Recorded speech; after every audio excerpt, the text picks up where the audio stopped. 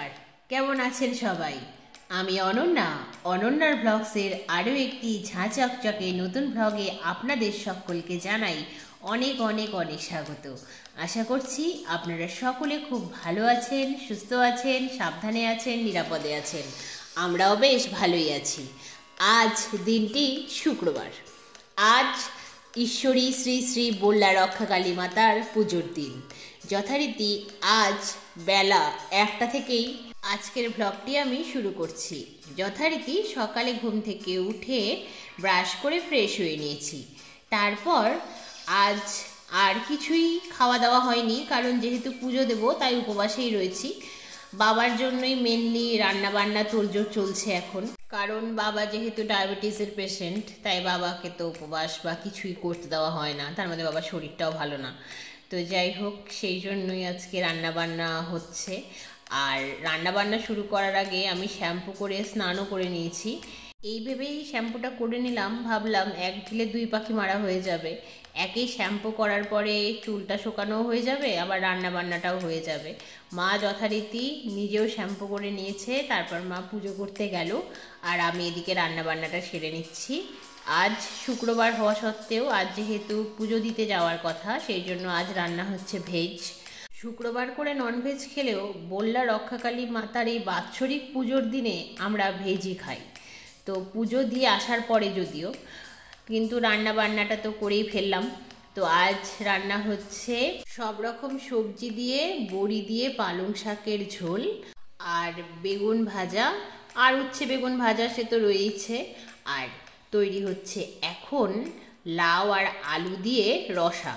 যদিও জলটা একটু বেশি পড়ে গিয়েছে, কারণ এই লাউটি বিশেষ কচি ছিল না, সেই জন্য অনেকক্ষণ ধরে সিদ্ধ করতে হবে, তাই একটু বেশি পরিমাণে জল দিয়েছি। 1 ঘন্টার মধ্যে রান্নাবান্না কমপ্লিট করে যথারীতি রেডি হয়ে নিলাম।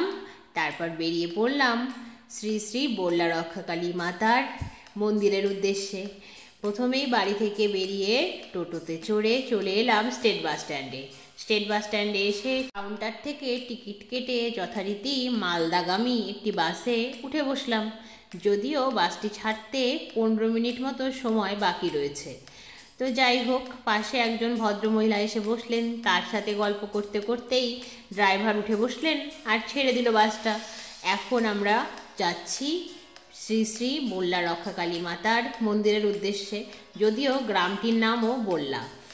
তো দেখুন, পৌঁছেও গিয়েছি। তো যেহেতু পুলিশ প্রশাসন ভীষণ সতর্ক এই মেলার জন্য, তো সেই জন্যই একটি আলাদা ঘিরে ঘিরে রাস্তা তৈরি করে দিয়েছিনি বলবো, কারণ এটা তো আলাদা রাস্তা নয় বা ফুটপাতও নয়, যাতে জনগণ যারা পায়ে হেঁটে যাচ্ছেন তারা কোনো দুর্ঘটনার শিকার না হন। তো যথারীতি মেন রাস্তা থেকে বাঁ দিকের গলিটি ধরে প্রবেশ করলাম বল্লা রক্ষাকালী মাতার মন্দিরের রাস্তায়। যদিও অনেকটাই পথ, তবুও রাস্তার দুধারে এত রকমারি জিনিসের দোকান বসেছে আর এত মানুষ পায়ে পায়ে চলছেন যে অনেকটা পথ আর পথ বলে মনে হচ্ছে না। যেহেতু আমি এবছরটা একাই এসেছি, আমার সাথে কেউ আসেনি, তাই পৌঁছে প্রথমেই এই বল্লা রক্ষাকালী মাতার মন্দিরের রাস্তায় প্রবেশ করেই মাকে একটা কল করে জানিয়ে দিলাম যে আমি পৌঁছে গিয়েছি। মা তখন বলছেন, কিরে ভিড় কেমন? আমি বললাম ভীষণ ভিড়, সবার সাথে সাথে পা মিলিয়েই ঠিক পৌঁছে যাব, পুজো দিয়ে চলেও আসব। যদিও মা ভীষণ চিন্তা করছিলেন, কারণ আমি এই মেলাতে আগে কখনো একা যাইনি, এবছরটা একা গিয়েছি সেই জন্যই। আর মেয়েদের নিরাপত্তার ব্যাপারটা তো আপনারা সবাই জানেন যে মেয়েরা কোথাও নিরাপদ নয়, কিন্তু কি আর করা যাবে বলুন? মা বল্লার ডাক কি কেউ উপেক্ষা করতে পারে? মা বল্লার হয়তো এমনটাই ইচ্ছে ছিল যে এবছরটা আমি একা গিয়ে পুজো দেব, তাই তো এত লোকের ভিড়ের মাঝেও আমি একা একাই চলে এসেছি সাহসে ভর করে। দেখুন, আপনাদের সাথে গল্প করতে করতে আমি কিন্তু মা বল্লার মন্দিরের একেবারেই সামনে পৌঁছে গিয়েছি। এই যে মা বল্লার মন্দির, সামনেটাই ভীষণ ভিড়। যদিও সামনের দিক দিয়ে কাউকেই প্রবেশ করতে দিচ্ছে না, সবাইকেই রাস্তাটি ঘুরিয়ে দেওয়া হচ্ছে। যথারীতি আমি মন্দিরের পাশের একটি দোকান থেকেই বাতাসা, খাগড়াই, কদমা মিশিয়ে 125 গ্রাম কিনে নিলাম মাকে ভোগ দেওয়ার জন্য। এখানে এই ভোগটি বিখ্যাত, কারণ সন্দেশ বা রসগোল্লা বা যে কোনো রকম মিষ্টি প্রসাদ এখানে দেওয়া হয় না মায়ের বাৎসরিক পুজোতে। তো যথারীতি আমার হাতে যেহেতু আমি বেল্টটি বেঁধে গিয়েছিলাম, তাই পুলিশকে দেখালাম যে স্যার আমি তো অসুস্থ, আমি পেছন দিয়ে আসতে পারবো না। তখন ওনারাই আমাকে সামনে দিয়ে যেতে দিলেন। মা বললার কি অমোঘ লীলা দেখুন, আমাকে আর অনেকটা পথ অতিক্রম করে মা বললার সামনে আসতে হলো না, আমি সরাসরি প্রবেশ করলাম। তার সঙ্গে দেখলাম মায়ের সেই অপরূপ সুন্দর মূর্তি, নিজেও দর্শন করলাম, আপনাদেরকেও দর্শন করালাম। সবাই প্রণাম করে নিজের মনোবাসনা জানাবেন, মা কাউকে খালি হাতে ফেরান না। দেখুন এত মানুষের ভিড়, সেই জন্যই তো হয়, তাই না বলুন? যথারীতি পুজো দেওয়া সেরে ধীরে ধীরে রাস্তার এপারে যে দোকানটি থেকে বাতাসা কিনেছিলাম, সেই দোকানটিতেই একধারে আমার পাদুকা যুগল রেখে গিয়েছিলাম, সেখান থেকে পাদুকা যুগল পায়ে গলালাম। তারপর দেখছি যত সন্ধ্যের দিকে বেলা গড়াচ্ছে তত ভিড় বাড়ছে, তাই ভাবলাম একটু টুকটুক করে গিয়ে মানতকালী যেগুলো পুজো হয়েছে তাদের দর্শন করে আসি। এই দেখুন এই ঘরটিতে ভর্তি মানতকালী, সকলে প্রণাম করে আশীর্বাদ নেবেন। তারপর এখান থেকে বেরিয়ে দেখছি আরও একটি মানতকালী নিয়ে যাওয়া হচ্ছে ভেতরে পুজো দেওয়ার জন্য। আর এই সেই বল্লা মায়ের মন্দির সংলগ্ন পুকুর, যেখানে বল্লা মাকে বিসর্জন দেওয়া হয়। যথারীতি বেরিয়ে পড়লাম আবার মেলা দেখতে দেখতে বাড়ির পথে। দেখুন মেলায় কত রকমারি জিনিস বিক্রয় হচ্ছে, আর ক্রেতা বিক্রেতাদের কত ভিড়। পুজো দেওয়া সেরে সবাই এবার মেলাটিকে ঘুরে দেখতে চান। এইখানে দেখুন একজন বহুরূপী দাঁড়িয়ে রয়েছেন শিব ঠাকুর সেজে। আর এখানে যা নতুনত্ব দেখলাম সেটি হলো ওই ছোট ছোট খেলনা কুকুরগুলো, যেগুলো মাথা দোলাচ্ছে। এগুলো গত বছর ছিল না, এই বছরের নতুন সংযোজন। শুধু দক্ষিণ দিনাজপুর নয়, গোটা পশ্চিমবঙ্গ তথা আশপাশের রাজ্য থেকেও বিভিন্ন দোকানিরা এসে এখানে পসরা জমান। সেই জন্যই বিভিন্ন রকমের জিনিস এই মেলায় পাওয়া যায়। হ্যাঁ আমি জানি নর্মাল রেটের থেকে এখানে দাম বেশি, তবুও বিভিন্ন রকম জিনিস এক জায়গায় পাওয়া গেলে যতই দাম কম বেশি হোক না কেন সবাই কেনেন। যদিও এবছরটা আমার কিছু কেনার নেই, কারণ আমার সাথে কেউ আসেনি। কিনে নিয়ে যাওয়ার পরে মা বলবে, এ বাবা এর দাম এত, তুই তো ঠকেই গেলি, এই কথাটি শুনবো না।